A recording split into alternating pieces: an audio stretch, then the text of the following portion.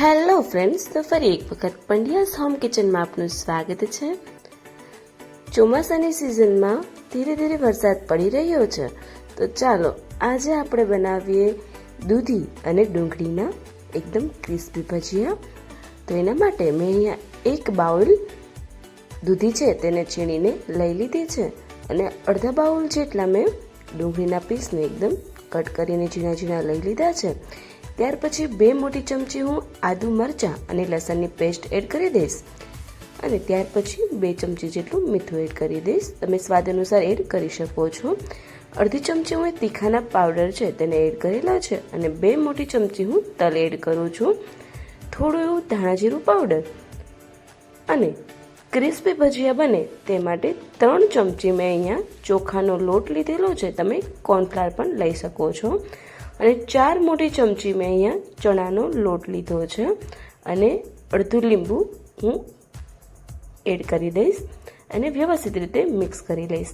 આમાં કોઈ પણ એક્સ્ટ્રા પાણીની જરૂર પડતી નથી, વ્યવસ્થિત મિક્સ કરી લેવાનું છે અને ખાસ યાદ રાખજો કે ક્રિસ્પી ભજીયા બનાવવાના છે એટલા માટે આપણે આમાં કોઈ પણ સોડા છે તે એડ નથી કરવાના કે ઈનો પણ એડ નથી કરવાનો। તેલ મસ્ત રીતે આવી જાય એટલે આપણે આ રીતે ભજીયાને ફ્રાય કરી લઈશું। જો આ ભજીયામાં તમે તલ એડ કરશો તો ટેસ્ટ છે તે ખૂબ જ મસ્ત આવશે અને ચોમાસામાં દૂધીનું શાક નહીં ભાવે પણ આ રીતે દૂધીના ભજીયા હર કોઈને ભાવશે।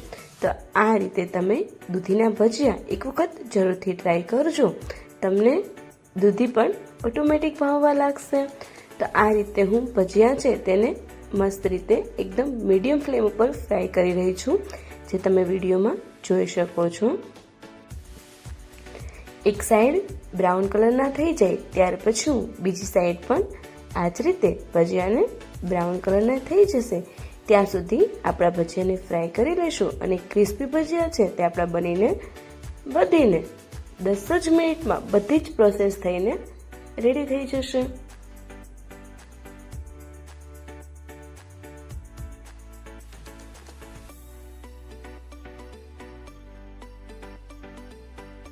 તો ચાલો અહીં આપણા ભજીયા છે તે મસ્ત ફ્રાય થઈ ગયા છે, હવે તેને આપણે સર્વિંગ પ્લેટની અંદર નીકાળી લઈશું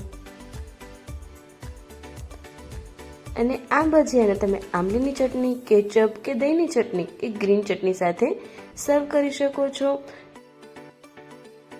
તો આ 10 જ મિનિટમાં બની જતા ઇન્સ્ટન્ટ દૂધી અને ડુંગળીના ભજીયાની રેસીપી તમને કેવી લાગી તેમને કોમેન્ટમાં જરૂરથી કહેજો અને મારી ચેનલને સબસ્ક્રાઈબ ના કરી હોય તો જરૂરથી સબસ્ક્રાઈબ કરી દેજો અને મારા વિડીયોઝ ફ્રેન્ડ્સ અને ફેમિલી સાથે જરૂરથી શેર કરજો।